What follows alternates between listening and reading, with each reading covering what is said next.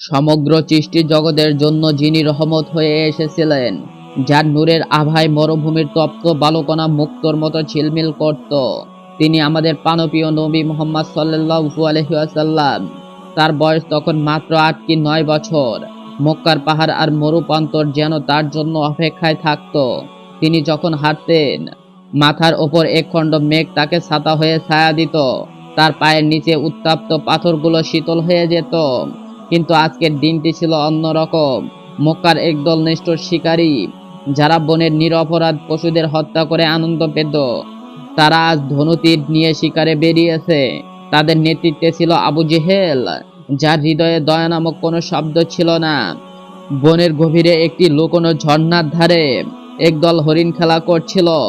হঠাৎ এক ঝাঁক তীরের সুশব্দের নিস্তবতা ভেঙে গেল।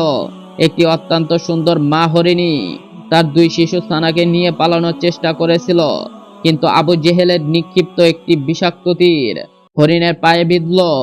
সে মাটিতে লুটিয়ে পড়ল। ছানা দুটি তাদের মায়ের চারপাশে ঘুরে ঘুরে করুণ সুরে ডাকতে লাগলো। তারা বুঝতে পারছিল না কেন তাদের মাকে এভাবে কষ্ট দেওয়া হচ্ছে।